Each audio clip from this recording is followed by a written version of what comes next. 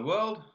Today's episode of the podcast brought to you by Three Moons. And the good people at Three Moons have been kind enough to give me a 10% discount for the listeners of the Chinwag Junkie.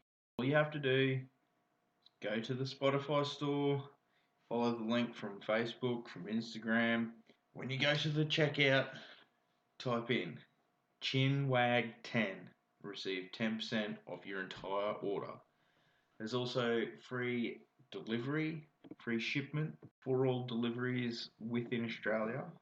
So please, look them up. Three Moons. It's 3 moons, spelt moons. Facebook, Instagram, Shopify.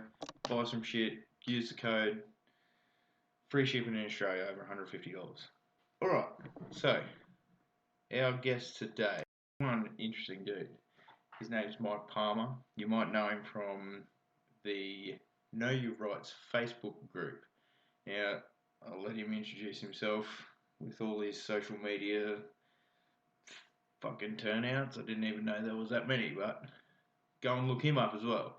Like the page, learn some shit. He absolutely blew my mind with this conversation. I would love to have him on again and talk for the fucking day. It's the first one I've done over Zoom, not face to face. So it was a learning curve for me. It was a bit different, but it turned out pretty good. I also have a YouTube channel now, so you can get the entire conversation, watch it just like I did. Hope you enjoyed, everybody. Oh, well, yeah, basically, Mike Palmer from the Know Your Rights group.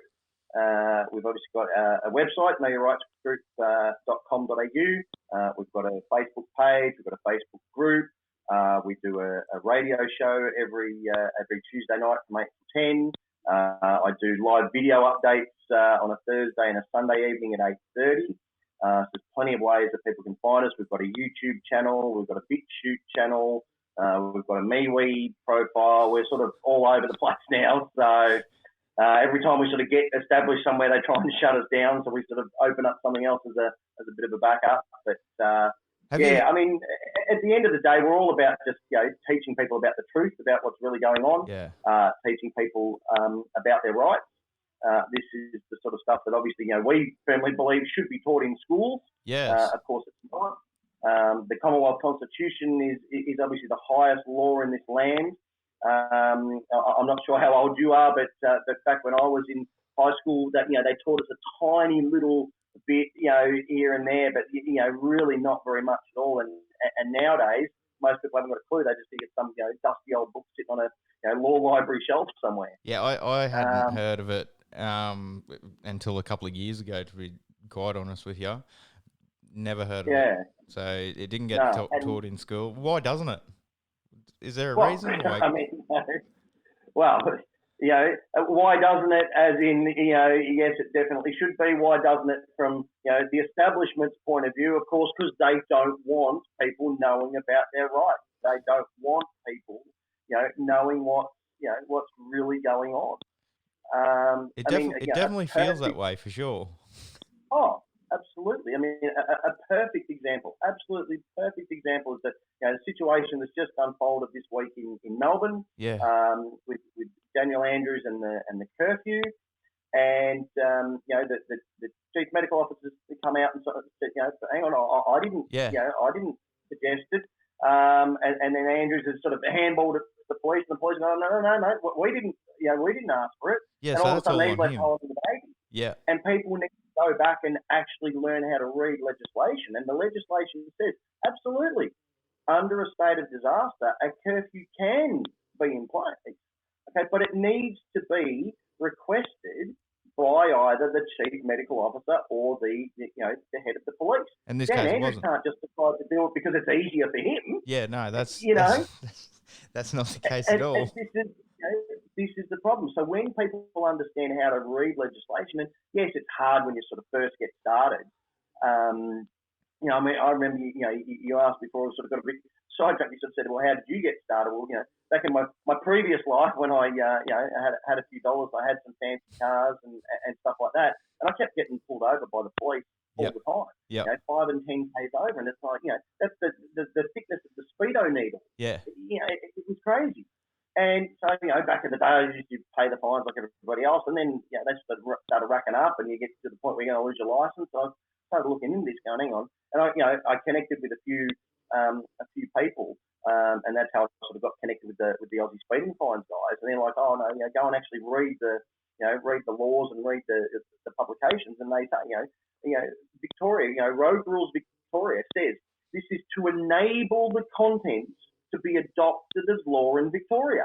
That's what it says on the top line of page 1 of the introduction to the road rules. It's like, what the hell is that? This is the law in Victoria. I mean, why wouldn't they just say that? Yeah. And then you sort of ask, oh, hang on, why wouldn't they just say that? Maybe because it's not. Yeah. And, to enable means it's currently disabled or not able. To be adopted as law means it's not currently law. Yeah. And I mean, people can just go and look that up, open the book and read it for themselves, and it tells you. And this is what sort of fascinated me. Yeah. As I started reading some of these things, I'm like, oh my God, it's right there in black and white. It's not some conspiracy theory or anything. It's actually right there. Yeah. Yeah. And the problem with it is, though, if you take it to court, it costs you an arm and a leg to even step through that door. But why? You do it yourself. Oh, yeah, absolutely. But, I mean, to have your day in court, I don't know what it's like in Victoria, but I know to go to Commons Court in Queensland, it automatically costs money, wouldn't it? No, absolutely not. No, definitely not. I mean, that's the whole point of what we do at the Know Your Rights group. That's the whole point of what Aussie Speeding Fines has been doing for over a decade now, is giving people that information, that step-by-step process, so that hopefully it gets withdrawn before they go to court. But if not, they walk into court themselves, and they defend it. Everybody has the right to free access to the court. Yeah, excellent. Okay. Yeah, because I asked I asked my followers, I guess you could call them, a few things to ask you, and that was one of them. Like everyone thinks that a day in court costs money. Doesn't matter what it's for or what you're trying to defend yourself against.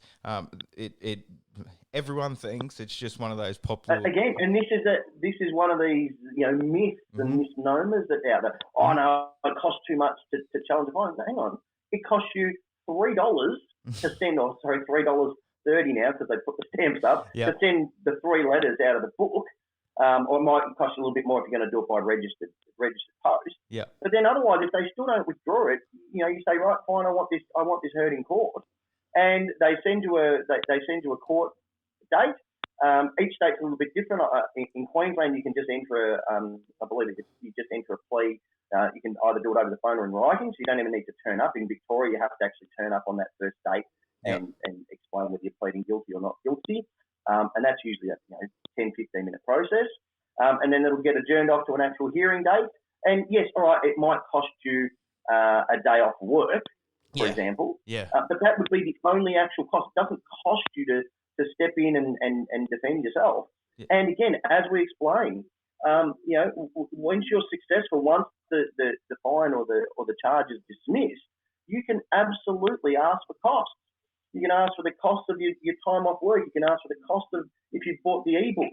You can ask for the cost of the parking. If you had to park in a parking building for the day. If you caught a training, you can ask for the cost of your train ticket. Everything, you can ask for all those costs. I did one going back, stretching the memory now, maybe 3 years ago, and it was an application for annulment, and I'd requested that it be withdrawn. They said no, and then it went to warrant, and I said that needs to be withdrawn. They said no. So we went to court. It was an application for annulment, and it was all granted. And then they said no, they didn't want to pursue it. And I said, but no, you haven't paid my cost. So I went back into court again, and then got them to pay me $150 in costs.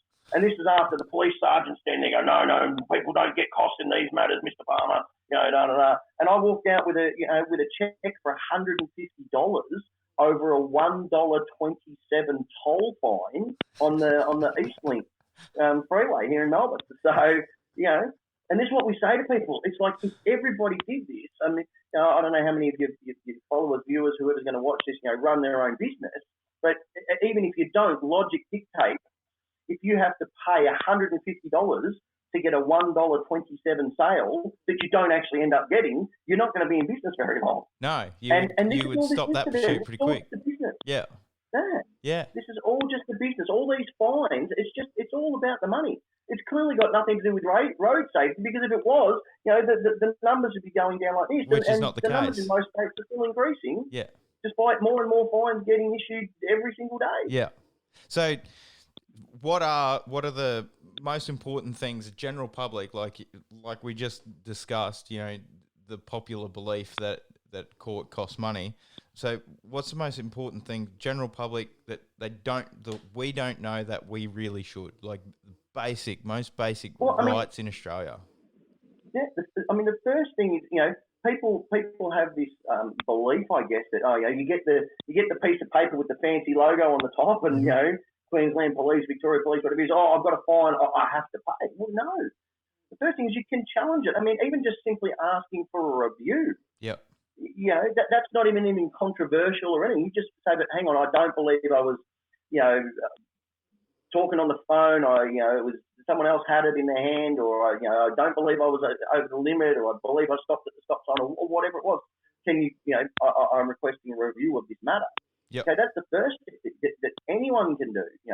Obviously we, suggest that you go the next step, and that's actually challenge it on all of the, the various legal arguments. Yep. Again, that's something that you can do very, very easy. It's just a series of cut and paste letters. It's very straightforward. Yeah. But again, if they still don't withdraw it, then absolutely you can go into court. It doesn't cost you anything to go to court. Even if you were to lose, even if you were people think, they're going to get hit with thousands and thousands in court costs. It doesn't work that way.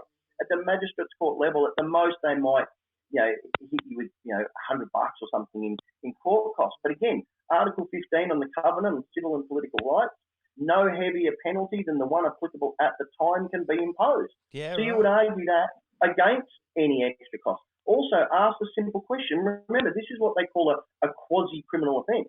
Well, there's your next question. Where's quasi-criminal exist? It's either criminal or it's civil. Yeah. Where's this quasi-criminal? Who made that up? So please make a decision. Is this civil or is this criminal? No, this is criminal. Okay, great. So can you provide evidence that this criminal matter has not already, the costs of this criminal matter have not already been covered by our taxes?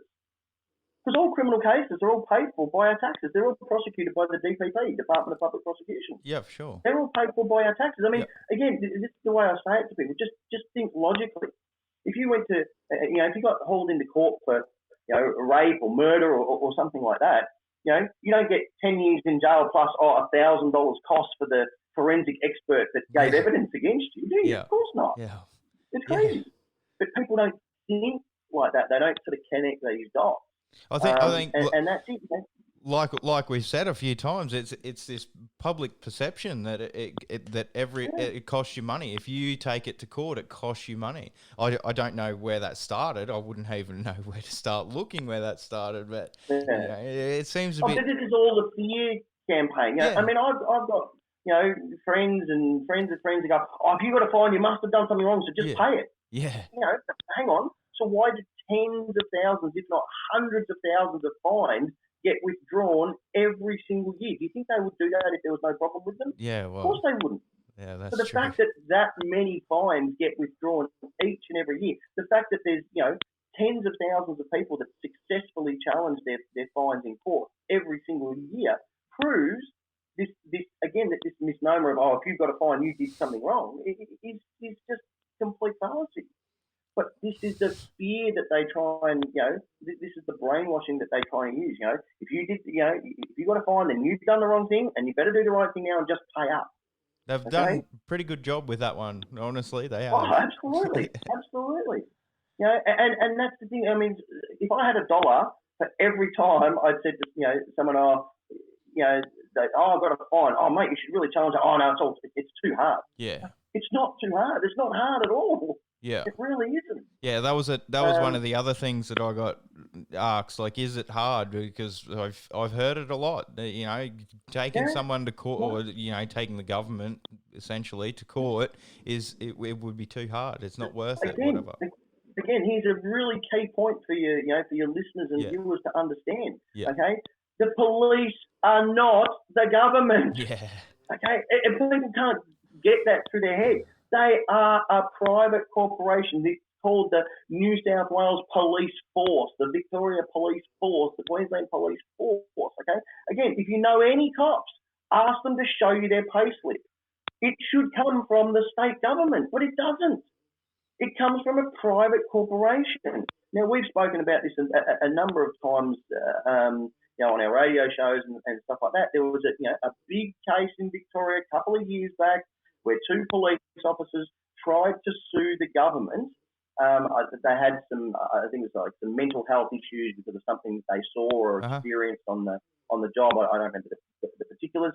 And they tried to sue the government for breach of duty of care. And the government said, but we haven't breached anything. You don't work for us. You are your own people, okay? You work for a corporation.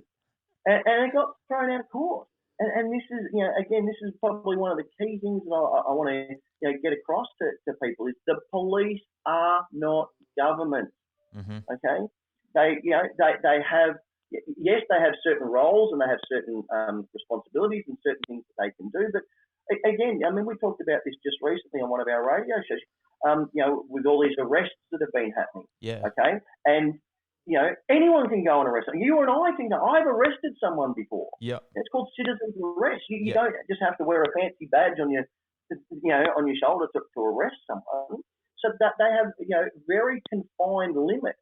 They have a code of conduct. Yeah. They have, code of ethics, things like that they must operate under all the time. And if they don't, if they step outside of the law itself, if they step outside of their code of conduct, if they step outside of their code of ethics, then they can be sued personally. And more people are doing this now. Again, over the last probably was that 2 years.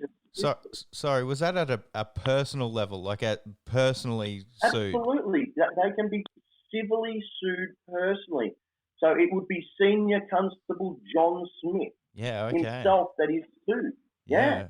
Because, if you break the law, if you or I break the law, okay, we can be sued, we can be pursued criminally. Yeah. But if we cause some damage or some loss, I mean, if you got behind the wheel and, drunk and you drove through someone's, fence and took out half their house or something, for example, right? Well, you'd be in trouble criminally because you were, driving under the influence or whatever it was. But the homeowner could also sue you civilly, personally. Yeah, it makes sense. For the compensation of fixing their fence in their house or whatever. Yeah. Okay, it's exactly the same with the police. When they operate outside of the law, when they operate outside of their code of conduct, they can either be prosecuted criminally and or prosecuted civilly. So there's been cases. No, you keep going. Just to give a couple of quick examples.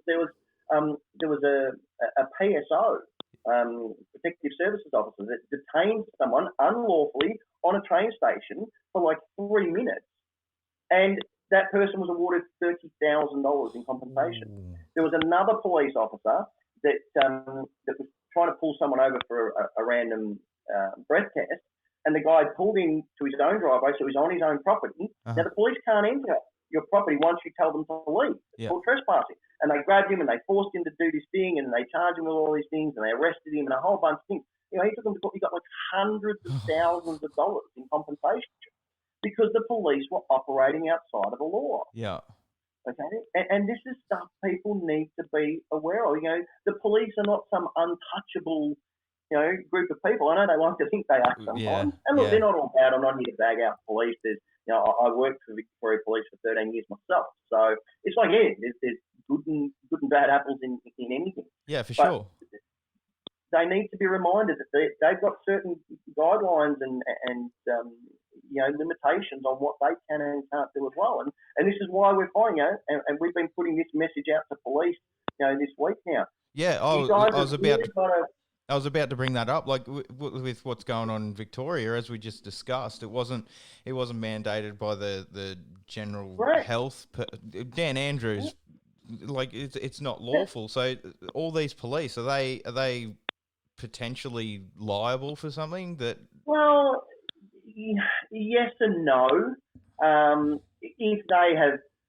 If they have manhandled or aggressively arrested someone for being out after curfew, so then everyone's seen that video of Avi that that seemed heavy-handed, even if it was completely legal what they done. Again, they have to justify. Now, again, it's the same thing. If someone bursts into your home and attacks your family, you are allowed to use reasonable force to defend yourself and your family. Okay, so if someone bursts in your home and you punch them in the face and then sit on them and get some zip ties and tie up their hand, well, that's completely okay. But if you beat the living crap out of them, and then stomp on their head when they're already down, you are going to get in trouble for that because that's excessive force.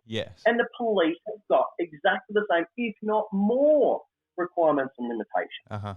Okay? Again, I've got a martial arts background. So we were told, very, very, stringently back in the day when I was doing a lot of training, as a martial artist, you have to be even more careful because if you use your martial arts training on anybody, even if you're just defending yourself, you're going to be scrutinised a lot more because you've got more power, because you've got more skills, and they're going to want to make sure that you haven't gone over the top. Well, police have got batons, they've got handcuffs, they've got capsicum spray. They've got a lot more tools at their disposal, and they are supposed to only use the ones, force on force to stop any imminent danger. If they go above and beyond that, then they are acting outside of their code of conduct. Yeah, well, I guess it makes sense. That absolutely makes sense. So, I mean, this is where the police are facing some potential issues now because, again, they're going to go, but we believe that the curfew, directives were lawful. Well, that's great. I believe that I was able to do 110 in a 100 zone because, I believe that, the car's capable of it. Why not? Exactly. You can believe whatever you want, but, as they keep telling us, remember, ignorance of the law is no excuse. Yeah, I was about to say that. Yeah.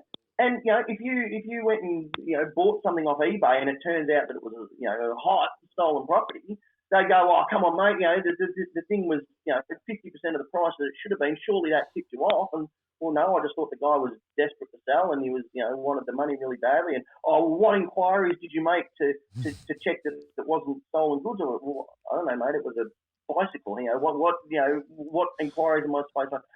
So you've made no attempt, you've made no effort to find out whether that was, and it didn't concern you that it was half price. I mean, well, no. So go back on the police. Well, hang on. Okay, so you believe these directives are lawful, but what inquiries did you make personally? Oh, but no, my senior told me. Well, that's not an inquiry. Yeah. What lengths did you go to personally to confirm that the laws that you were imposing or enforcing were actually valid laws? Yeah, it seems to be a pretty easy case. If they have made no inquiry themselves, then they are now liable. Yeah. Yeah, it seems to be a pretty easy case stacked up. The way you just explained it, I don't know, it doesn't look very good for him. No. And I mean, look, Dan Andrews is in a world of trouble at the moment because, he's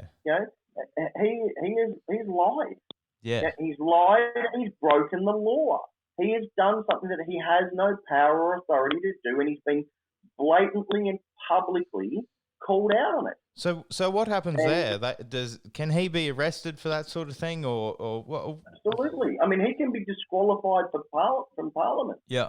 Okay, because he is not acting. That seems likely. Within his code of conduct as the Premier of Victoria. Yeah. Now again, I don't know what you heard or not, but I've heard rumours floating around that that the Treasurer Tim Pallas is going to step in and take over. Yeah. And I've heard talk of a few things like that. But I dare say if the Labor Party wants any chance of success at the next election, they are going to have to take some proactive steps to show that, yes, okay, this guy no longer represents our values and our beliefs, and we are going to do something about that. Because, of course, inaction and silence is deemed to be acquiescence. If they do nothing, then they are all seen to be in cahoots with their leader and supporting what he's doing. Yeah. And they will pay dearly at the next poll. Oh, for sure. I think that's goes without saying. Really, I think it's gone too far now. But speaking about police, though, say without the protests and all that, so we were talking about speeding fines and stuff. So let's say, you were speeding along the highway, you get pulled over from a real cop. It's not one of those flash for cashes or anything. You get pulled over by a real cop. Police encounters. What's the minimum you have to do? And I know they like to make you feel like you have to do everything that they say. Oh, of course, yeah. And again, this is where it's so important, and we urge it because everyone wants a quick fix. Or just give me the letters to write. Just tell me what to do. And look, that's great if you're just a beginner, you're just starting out. Yeah. But here at the Know Your Rights group, one of the things that we're really big on is that whole principle. Give a man a fish, you feed him for a day, but teach him how to fish and you feed him for life. Yeah, and we really want to teach people how to fish. Yep. And we urge people to go and read the relevant legislation. Mm-hmm. Okay. So whether it's in Queensland, I think it's the Road Transport or Road Transport Management Act. Yes. In Victoria, we've got the Road Safety Act. So you've got these different acts in the different states, and go and read them, and it will tell you, if you are, if you're pulled over, the police have the right, okay, to ask you to state your name and address, mm-hmm. and to produce your driver's license. Yep. Okay, but again. Okay, now, on the surface of that just seems really simple and basic. But yet there's so much even in that, okay? Because if you are producing I don't have my driver's license, but if there you go, I've produced my bottle top, okay? It doesn't say anywhere you have to give it over to them. Yeah, right. Okay, and what's the first thing police do? They try and snatch your license off you. No. The law says you are to produce it. Right, there you go, sir. I've produced it. Put it back in your pocket. Oh, but I need to see it. No, where in the law does it say you need I need to hold it up long enough for you to read it? It doesn't say that. Okay? I mean, again, just think about this logically. Yeah. If you ask the police officer to provide his identification, is he going to hand you over his badge and give it to you to hold? Of course not. He's going to flip it open, flash it, put it back. Yeah. Okay? It's exactly the same. You're required to state your name and address, and you're required to produce your license. Now, again, in most states, I don't know the specifics for Queensland, that's but fine. in most states, as long as you're, I think if you're an L plater and P plater, probationary and learner, you have to carry your license on you. Yeah. But after, I think once you've got your full license, and again, it varies in each state, but again, go and look it up in your state. You're not required to actually carry your license on you. If you don't have it on you, the police can ask you to come to a nominated police station within 24 hours and produce it there. Yeah. Okay. But again, you don't have to have your license on you as long as you've got a full license. Again, check the specifics in your state. Yeah. In Queensland, I do believe you have to carry it at all times. Again, I'm not 100% on that, but I'm pretty sure. I know it used to be because my grandfather never ever used to carry his license. He was too scared of losing it. So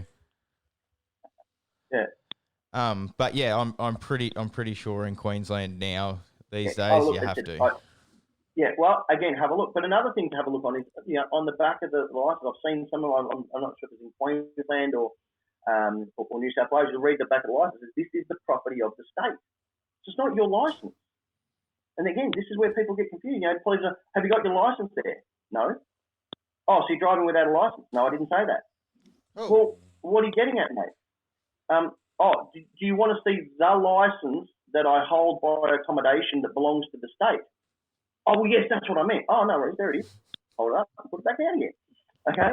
It must be fun to get pulled over, I reckon. Oh, and again, this is the thing, look, of course, it's scary for most people when the blue and red lights come on. It's scary the first time you've gone into court. But look, it's like any. I mean, remember, go back and think to the very first time you got behind the wheel of a car and you're all nervous and shaking like this, and you're looking in the rear vision mirror, and now you sit there and you're eating your hamburger and doing all these things. At the same time you do it all unconsciously. And again, whatever it is that your job is. You think back to the first time you did that job and you're all nervous and you're all worried about it and scared of stuff. And now you probably do it with your eyes closed. Yeah. So this is the same thing. Once you've been pulled over that many times, you know what to say and do. Once you've been into court, I walk into court now, I'm like, all right, we're going to have some fun today. And that's how I look at it. It's just, I see it just as a chess game. It's just a big chess game. Yeah. How much fun are we going to have at the chessboard today? So, here's my boy. Hey, dude. Say hello. Hello. All right, off you go now. You got your helper there? Yeah. Yeah. Yeah. So, speaking of court, how often how many times have you been to court? Because I myself, I haven't been at all, not once. Look, again, and this is what I suggest to people: if you haven't been to court, just go in and just go and sit in on court, okay? And just go for a day. Take a day off whenever you've got an RDO or whatever it is, and just go and sit in and see how it all happens. Again, you wouldn't just drive a car before you've ever seen anyone else drive a car. You've been in a passenger, in a car for 10 years before the same thing. You wouldn't start a new job and just get thrown into the deep end and start work. No, you'd go along and you obviously view and watch and see what's happening. So it's no different with going to court.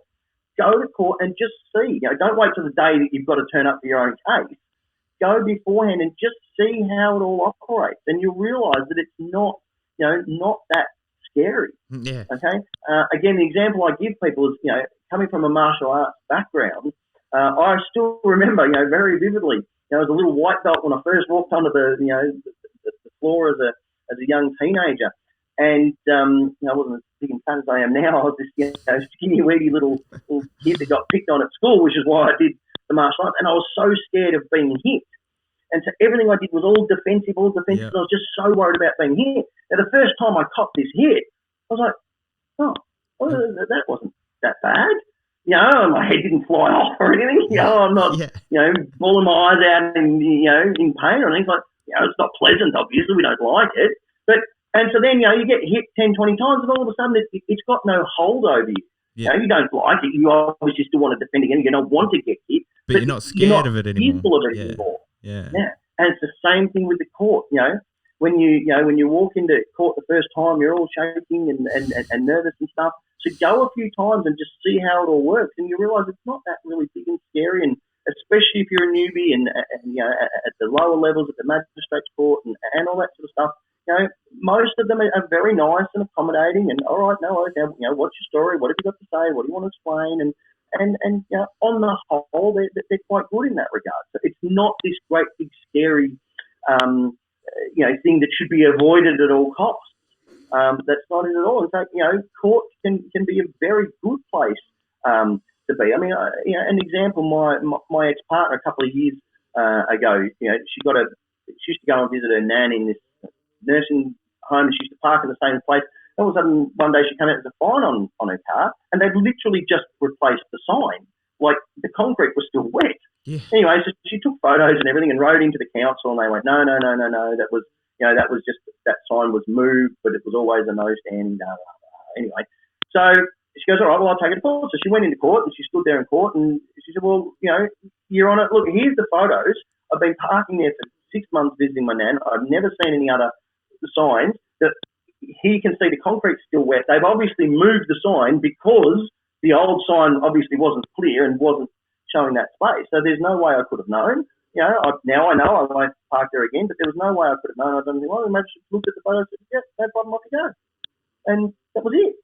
So, it's horses for courses. Sometimes you might want to explain a particular reason or scenario or whatever. Other times you might want to actually challenge the validity of it in some way. Yeah.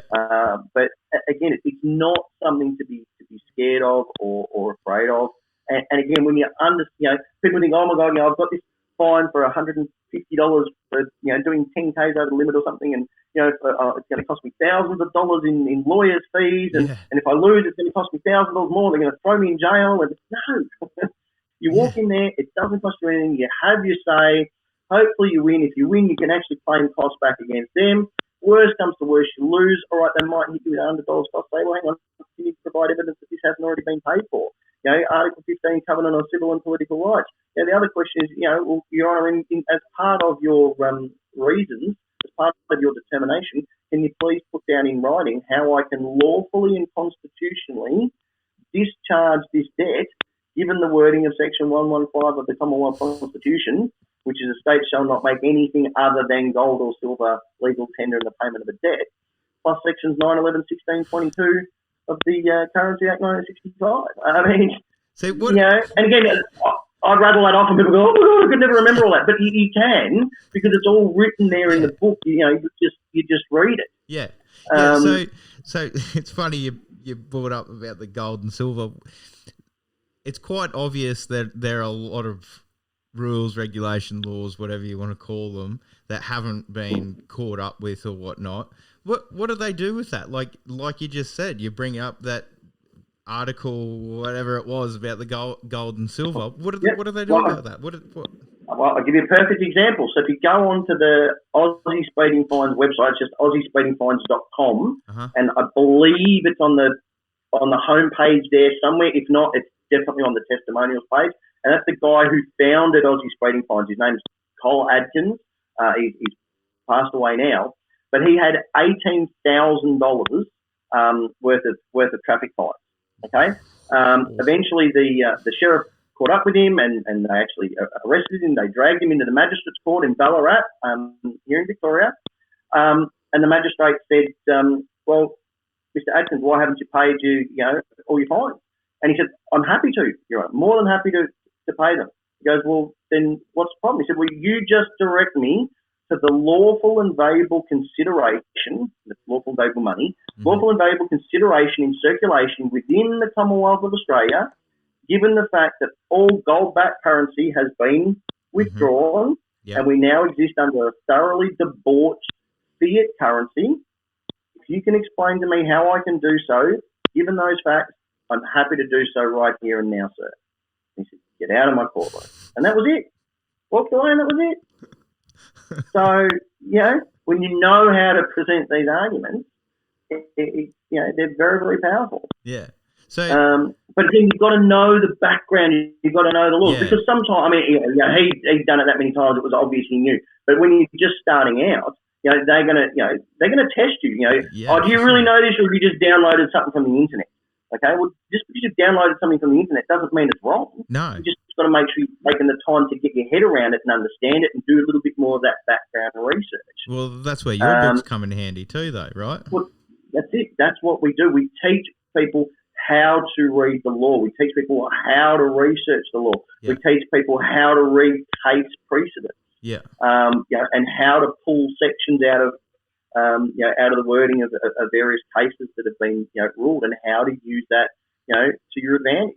Yeah. And there's so many powerful cases. People go, "Oh, we've got no rights here," and I say, "Yeah, we do. The Bill of Rights, 1688. Oh, no, that's old English law. It doesn't apply." Really? Well, in 2010, Court of Portland versus State of Victoria, all 7 High Court justices said that the Imperial Acts, Application Act, and the Bill of Rights all still apply. Now, that applies to everything across the board, and you can use that in any case. Resch versus Federal Commissioner of Taxation, there's a line in that ruling that says that the common man's interpretation of the law that is paramount. Not the judge's interpretation of the law, not the magistrate's interpretation of the law, not the police prosecutor's interpretation of the law, not the barrister's or the solicitor's interpretation of the law. The common man's interpretation of the law is paramount. Okay? Quick and Garran, annotated constitution. We, the people, are the supreme, absolute, uncontrollable authority. We are the highest law in this land. See, there's another thing that they work for us. Yes, that's another thing that they've sort of brainwashed us with. It seems like we work for the government and more today than ever before. We create government. Yeah. There's a legal principle that we've talked about in a number of our shows, and that is the stream can't rise above the source. Okay, so if you think about it, if you're at the top of a mountain, it's a little trickle of rain, and it starts coming down, and it goes into a bigger river. Well, the river can't go back up higher than the mountain because the stream can't rise higher than the source. Okay, you can't tell God or the universe or your creator, whatever term you have for it, what to do. He, she, or it's just going to laugh at you. Yes. Okay, yes. And it's the same thing. We created men and women, flesh and blood men and women. We created government. So government can't tell us what to do. Okay, men and women within government created pieces of paper and wrote and drew on pieces of paper and created legislation. But that legislation can't have power over us. Yeah. As living, breathing men. We're the ones that created it. Yeah. Okay, they'd be like, you're typing on your computer and your computer takes over you, maybe in a sci-fi movie, but not in reality because we create computers. They can't control us. Yeah. So it's the same thing. So how about free speech? So you see it all. You see it all the time on Facebook and that. We've got free speech in Australia. That's not entirely true, is it? We have implied free speech, is it not? It's not. It's not like American free speech. No, it's not the same. And it's not entirely free speech because you've got things like hate speech. You've got incitement. Yes. There are limits on it, so it is not entirely 100% free speech as such. But again, this is where you've got to balance the law with morals. And as we've seen, especially in your home state of Queensland, this week, if you've got money, you can get around any law. Tom Hanks has just flown in and he's sitting there ready to produce a movie or whatever he's doing, because he's got the dollars. We've had movers and shakers here in Melbourne who've jumped on their super yachts and sailed up to Queensland because they've got the dollars to tell the government it's okay for us to do so. Danny Minogue flew back in from overseas and was allowed to quarantine in her own house.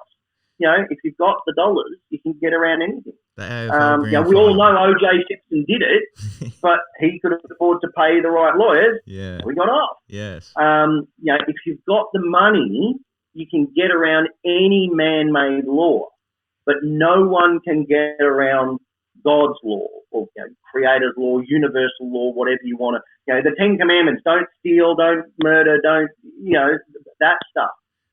No one can get around that. So you will be judged ultimately whether here or there. So this is the thing, and so we need to balance up the law with morals.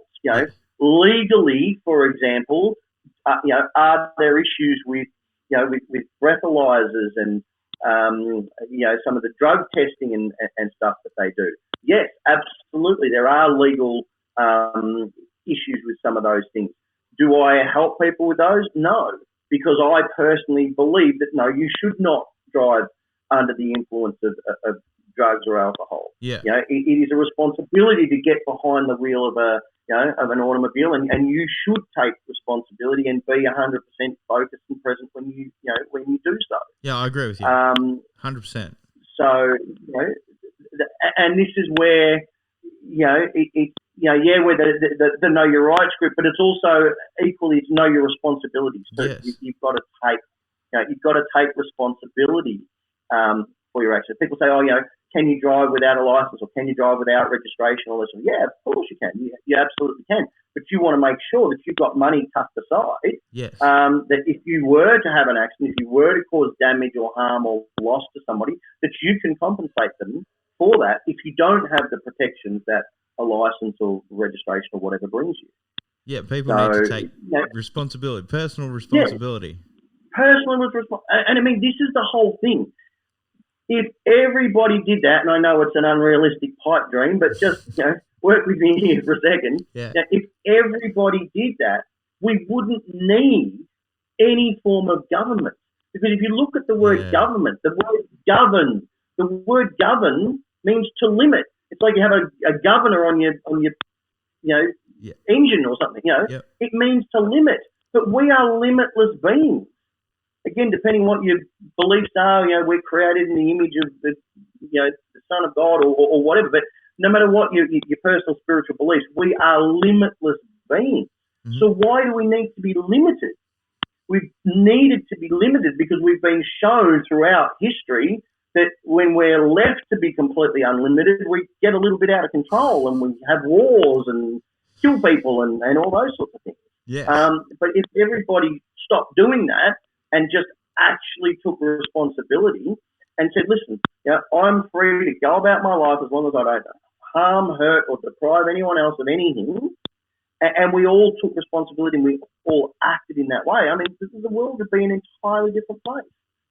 Absolutely entirely different place. It'd be a great place. It's the way it should be. It would be. I think. It should be. And at least if people can start thinking in those terms, and as I say to people, when we cover this sort of information, I like to, yes, here's the law and this is what it says and these are what your rights are and this is what you can do, but make sure you also balance that up with, some morals as well. It's like the Bank Secrets book. It teaches people all about the fraud that the banks commit and how you can discharge credit cards and personal loans. And people go, oh, that's great. So then I can go out and get 5 credit cards and rack them up and then discharge them. Well, yes, technically you can, but I'm not suggesting in any way, shape or form, that you should do that. That's not what it's about. What it's about is if you've been screwed over by the banks, especially like now when everyone's, really, struggling, financially, and, you're trying other avenues, the banks are not giving you any, relief. They're not coming to the party. They're not helping you out. Then you go, all right, well, you're now not doing the right thing. You're now not taking responsibility. So now I'm going to, take the next step and I'm going to, challenge you on that. Yeah. So, I mean, I remember way back, I don't know, like 10 years ago when I, did one of the first interviews for the Aussie Speeding Fines on a current affair. And they go, oh, well, what's to stop people just speeding around lawlessly and using this information? I said, well, hopefully their moral compass. Yeah. I mean, I've known all this stuff for, decades, longer. Does that mean I, go burning down the street at, 100 mile an hour wherever I go? No, of course not. Don't want to kill anyone. It's not and about you would. that. Yeah, exactly. Now, if it's a freeway or it's a highway and it's an open section of road and it's the middle of the day and it's clear, does the speed, creep up a little bit? Yeah, of course, sure. But if it's, pouring with rain like it is in good old Melbourne again today, or you're in a school zone or, in the back streets or whatever, you don't tear around like crazy. I mean, I've driven under the speed limit. Yeah. So you've got to take responsibility, for yourself, for your actions. That's what we are about as much as, we're about knowing what your rights are too. Yeah, perfect. Perfect, absolutely. So what are you doing while you're locked down there in Melbourne? Like you personally, how are you staying sane? Oh, who said I was sane, mate? Yeah. You got the wrong bloke. No, mate, we are crazy. I'm doing like 12, 14-hour days, 7 days a week at the moment. The emails. We get like 300-400 emails a day. Yeah, right. We've got 20,000 people on our Facebook group. Yeah. So you try to look through that and see different posts. A couple of our videos, the live video updates that we've done recently have been viewed 20, 30, 40,000 times in a week. And of course, with that many views, there's a whole heap of comments. You've got to look through the comments and try and respond to some of the comments here and there. And it is. And then we've got the YouTube channel as well, and so there's all the same thing going on there. And just trying to keep up with all of that and answer everyone's questions and just sort of do our bit to help people understand the difference between directives and laws and what they can and can't do, and the intricacies of all of that is more than a full-time job at the moment. Yeah, I bet. What's the most common question you're getting at the moment? It be to do with the protests and COVID, or? Yeah, most of the stuff's. I mean, obviously here in Victoria, we're getting a lot of stuff on masks because, of course, they're the mandatory masks here. But I mean, again, even simple things like that. This is where Andrew, digs himself a hole, because it was only at the start of this, 6 months ago, he came out on TV and said, anyone who wears a mask when they're not showing symptoms is wasting a mask. Yep. Now he's made it mandatory for everyone to wear masks no matter what. So we're like, okay. So, and his argument is, I said that back then because we only had X amount of information. Now we've got more up-to-date information. Perfect. That makes perfect sense. Totally get that. Yep. So then 6 months ago, when the World Health Organization, who's supposedly at the top of the tree with all this, said, yes, you need to be, very severe, very harsh, lock people up, stop the spread of this virus and all the rest of it. Now, a month ago, they came out and said, no, that's actually wrong. We're urging all countries not to go back into lockdown. The costs are way too high. It greatly outweighs any risk of the virus. Don't do that. So, hang on, why is Andrew still doing what they said 6 months ago instead of, going with the most up-to-date information? And this is the thing, mate, how do we know? How can we believe in it? Did you get it right back then, or have you got it right now? He's just lost all credibility. And it's not only that. All of it seems to be a lie. Like, everything well, not only him has said, but, other premiers as well. They always seem to be lying. It's just like, it's not that it's up-to-date information or whatever. Like, I can't remember who said it, but they came out and said that we were worried that our medical professionals didn't have enough PPE. And it's like, well, why didn't you say that? Instead of saying that they're not effective or they're useless or whatever the case may be, why didn't you just tell us that? Like, because all these small little lies all along the way. Exactly, yeah. It's going and then you wonder why people are fired up and want to take to the streets when you don't want them to. Well, it's not rocket science. No, it doesn't seem to be. The hospitals are filling up, yet all the doctors and nurses are saying the hospitals are empty. Yeah. I mean, there was a letter that we covered on last week's show where, a whole bunch of well-respected doctors, wrote this detailed 4-page letter to Daniel Andrews and said, but hang on, this and this and this is what you should be doing. What you're doing at the moment is not working. Yeah. I mean, let's not forget that, that, again, the international studies have come out and shown that this PCR test for COVID is scientifically meaningless. So everything that they're doing around the whole country, not just Victoria, is all based on scientifically meaningless tests. Yeah. But they still get away with it. And this is the stuff that this is the background information that I talk about that people need to get their head around, because if you get any kind of fine, whether it's not wearing a mask or being more than 5 k's from home or being out from your curfew, or, in some of the other states that don't have that, you've got 10 people in your house instead of 5, or you've got 10 instead of 10, or whatever the scenario is, you have so many arguments for challenging that fine, okay? Because the whole thing has come about and is based on scientifically meaningless tests, okay? Secondly, they've chopped and changed, okay? This state can have 5 people. This state can have 10 people. This state can have 20 people. Another state can't have any people. Yeah. For a law to be valid, for a law to be effective, it needs to be applied equally and meaningfully across the board. Yeah. Okay? Thou shalt not kill, okay, which is one of the fundamental laws of society, is pretty clear. No one kills anyone for any reason ever. Yeah. Okay? Yeah. Now, all right, there's a few exceptions, self-defense or something maybe or whatever, but other than that, sure. It's clear. Yeah. Okay? And it's the same the world over. You don't kill anyone here, you don't do it in America, you don't do it in China, you don't do it anywhere. Okay? So it's fair, it's equal, it's meaningful, But the laws around the country here are just chopping and changing all over the place. They chop and change between states.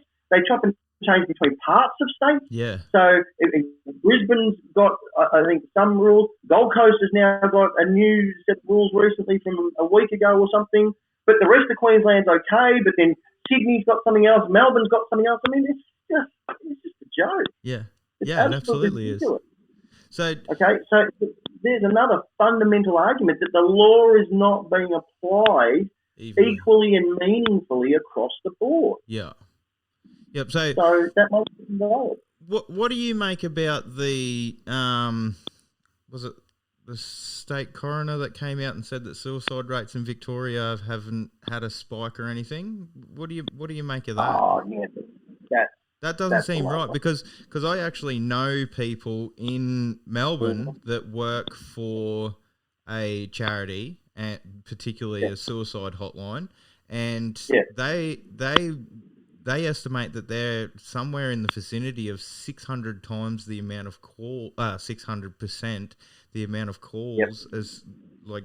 No, look, the suicide rate is. Yeah, I know.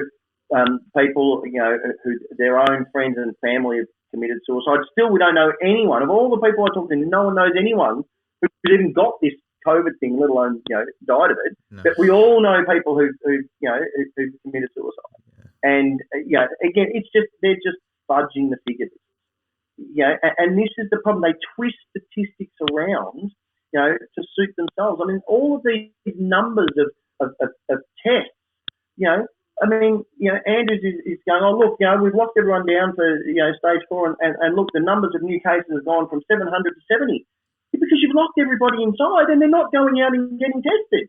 So, of course, if they're not getting tested, you're not going to find new cases, are you? I mean, it's not rocket science. Of course, if you test the entire population, you're going to get some positive tests just as a numbers game. Yeah.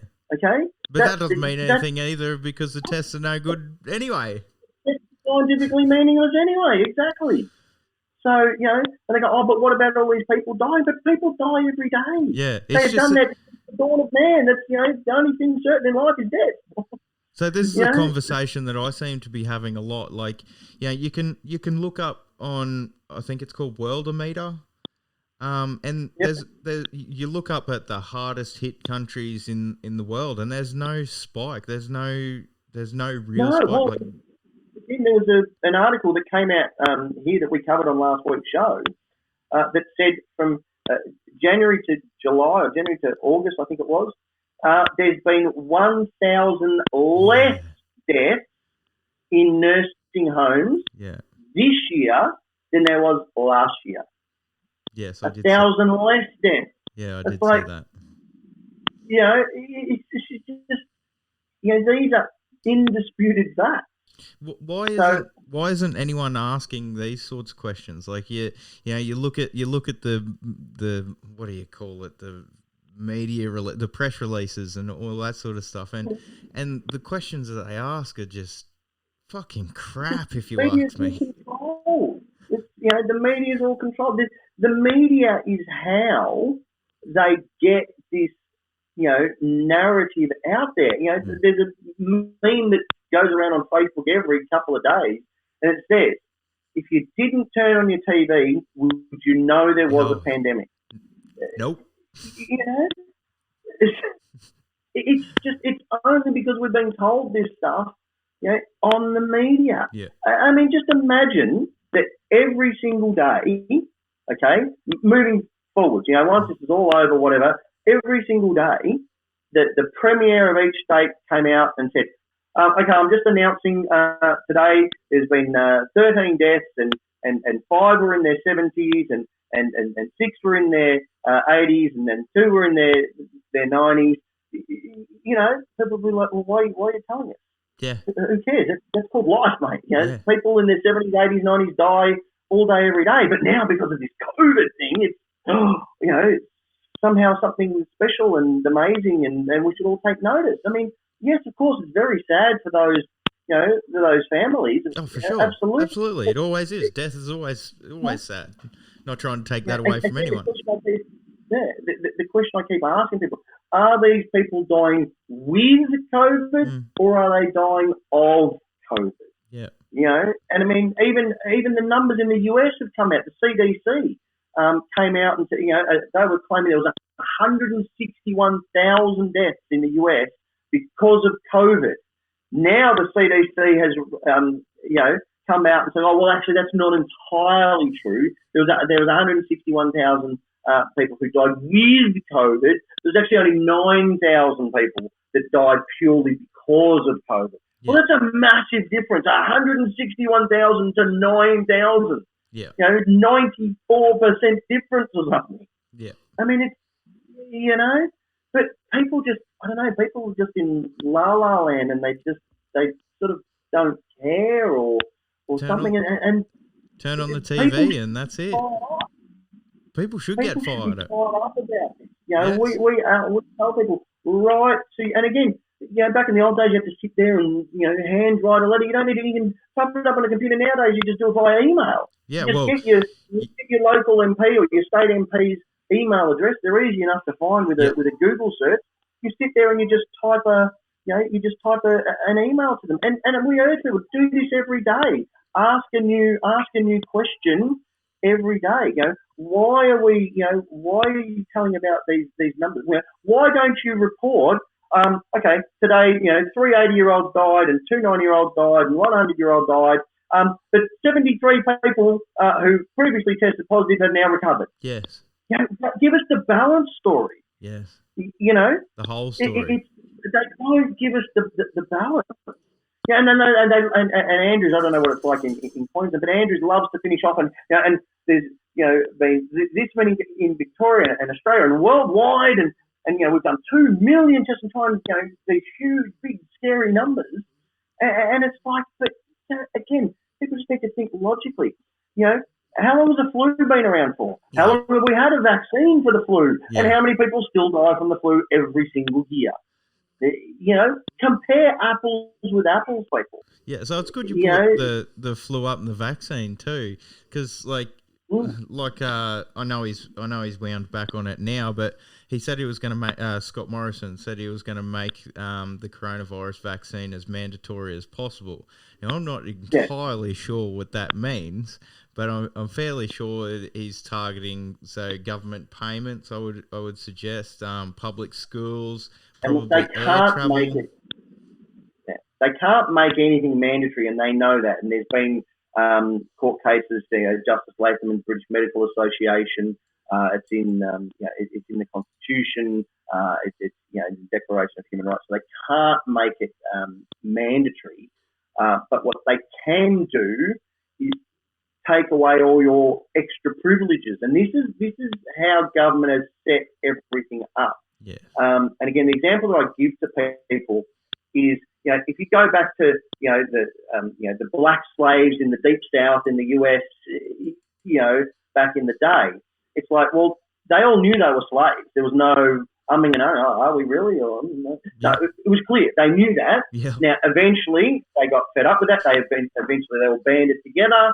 And, as we know, slavery at that level, at least, was abolished. Yeah. Okay. So what they've done now is they've gone, all right, well, we need to find a new way to enslave people. Okay. And so they've created new systems of enslavement, debt slavery, through the home loans and things like that, by deceiving you and tricking you into applying for things like a driver's license, applying for things like a tax file number, and then enslaving you through the tax system where they just take a portion of your hard-earned labour each and every year. Theft. Because you've been deceived into doing that. Yeah. Okay? So this is how they do it. They give you just a little bit, you've got this licence, and of course, what a big deal it is when you're 16 and, you start with your learners and then, oh my God, I'm 18, I can get my licence, I can get a car, and, I've got my own tax file number, I can go out into the big wide world and work and earn a living, and they sell it to you like that. They, what they should be doing is, once you've got that little bit of plastic in your wallet, you're enslaved and you're bound by all these, road rules and stuff. And once you've got that little tax file number, you're stuck into the tax system, and it's going to be very, very hard for you to extricate yourself. Yeah. That's how they should be selling it, but of course they don't. No. And So this is what they do. They give you just enough to whet your appetite and get you excited, all the while taking all these freedoms, from behind you as a result. That, look over here, and then, we're taking things over here, good old smoke and mirrors. Yes. And that's how they get away with it, because people are like, oh, shiny, let's look at that, and then they're not looking over there at what's the cost of that. Yeah. And we're trained to go through life with these blinkers on and only look over here and not look at what's going on over here. People don't think about the cost reward ratio. Okay, this is great, but what's it costing me in real terms? They don't think a few steps ahead. No. And this is one of the challenges. I remember it was like many years ago now. Probably like 15, maybe even more, 15 years ago. And a mate of mine, just decided we want to have a break. We're going to go, to the Gold Coast for weekend, boys' weekend, and hang out. And I remember we got there. And we didn't realise, lo and behold, it's in the middle of the schoolies. Oh my God, like crazy. Anyway, I remember we were sitting there in just at a cafe or whatever, we were grabbing a bite to eat, and there's these tables of schoolies kids around, and they're all sitting there, oh, what are you getting? I don't know. What are you getting? I don't know. What are you going to get? I don't know. What are you? And they couldn't make a decision to save themselves on what they were going to eat at a cafe. And I'm chatting to my mate about it. I'm like, it's funny though, isn't it? Because you're not taught decision-making skills when you're in high school. No. You're taught, do what the teacher tells you, do what the headmaster tells you, do what's in the book and only that. And you're not taught to think. You're not taught to make a decision and how to take responsibility for the ramifications of those decisions. You're just told to follow the steps, follow the rules, do as you're told. And this is ingrained into us in school. Yeah. And so, of course, that's what most people do when they come out. They go, all right, well, I'll get my 9-to-5 job and I'll pay my taxes and I'll drive under the speed limit and be a good little citizen. Okay? And again, I'm not saying that some of those choices or some of those decisions shouldn't be made anyway. They should. You should, drive to the speed limit. And I believe most people would do that anyway. But it's the reasoning behind it. You're doing it because it's a good decision for you, not because you're being told to. And, my background, other than my martial arts is actually as a success coach or life coach. Oh, yeah. And, one of my, the things I do, it's all about empowering people. Yeah. And people go, oh, I feel so powerless. I feel so helpless. Well, of course you do, because you keep giving it away. Yeah. People get a runny nose and they run off to their doctor. Yeah. Well, what's the doctor going to do? You don't go to a doctor to learn to be healthy. They haven't got a clue. The doctors are some of the most unhealthy people on the planet. Yeah. You get some legal question, you run off to a lawyer. But lawyers are only trained in certain bits. Well, they don't know everything. You get a question about finances, you rush off to your accountant, and your accountant's living week to week. Why would you get financial advice from someone who's living week to week? It just doesn't make any sense. Okay? Now, absolutely. Go to, professionals, go to experts in particular fields for advice. Of course, that makes sense. But just take that advice away and sit with it yourself and say, all right, so how do I feel about that suggestion? Yeah, how do I feel about what he or she has just explained to me? Does that make sense for me?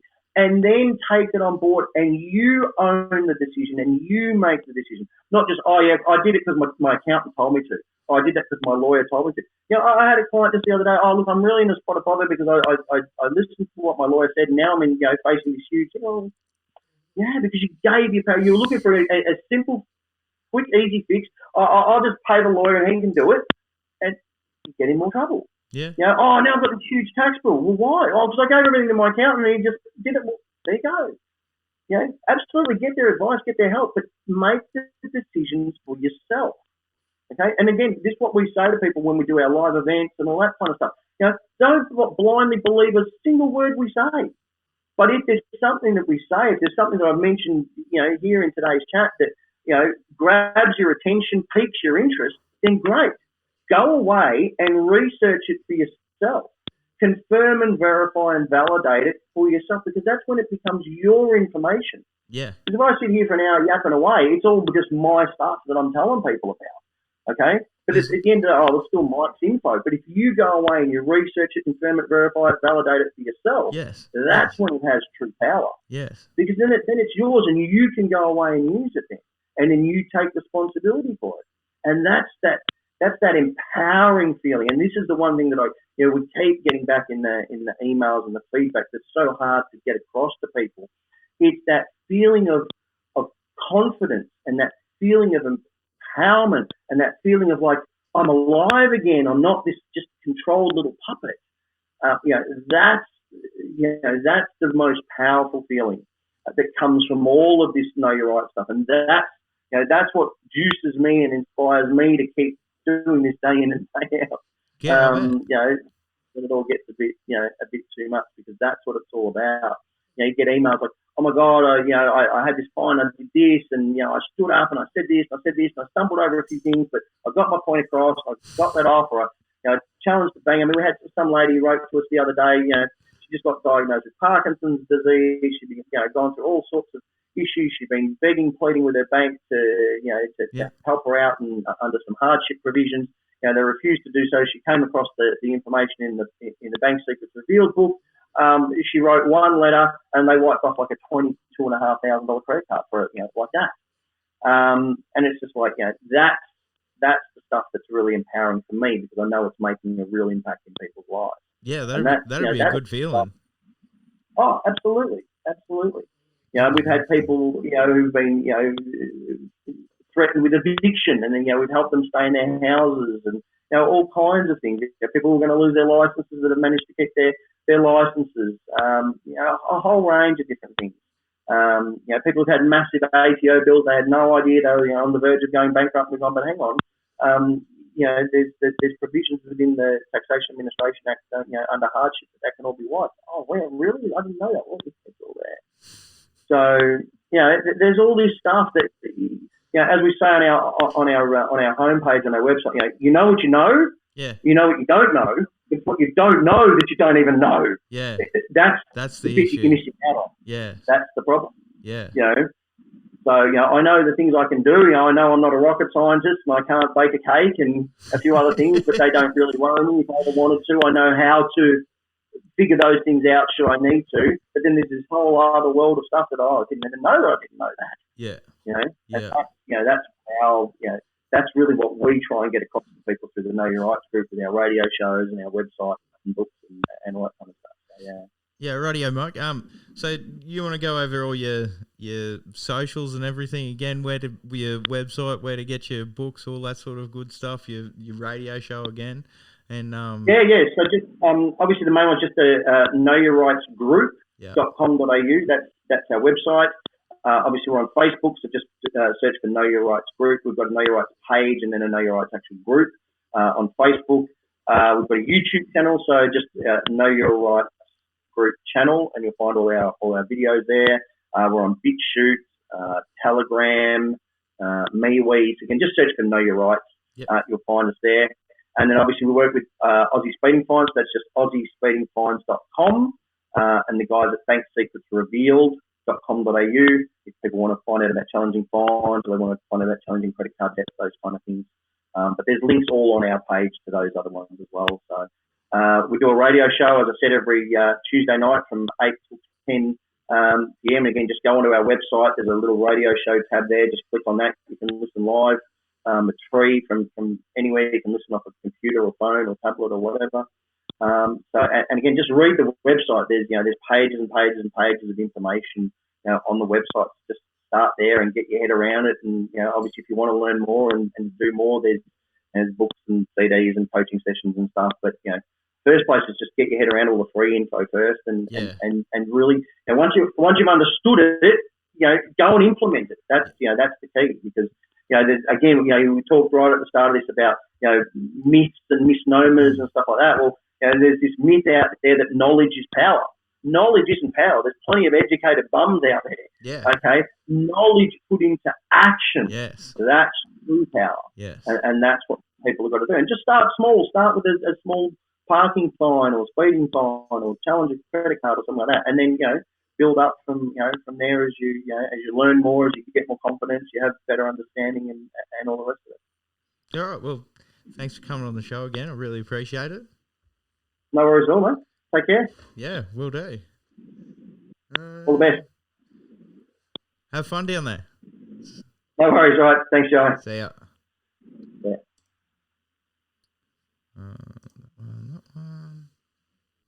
Hope you enjoyed the episode, everybody. If you're anything like me, you will have some questions, so don't forget to get on the page, Facebook page, Know Your Rights group. Look them up, join the group, watch all these videos. There's fucking videos coming out the wazoo. Check them all out, study them, look shit up for yourself. Keep it real.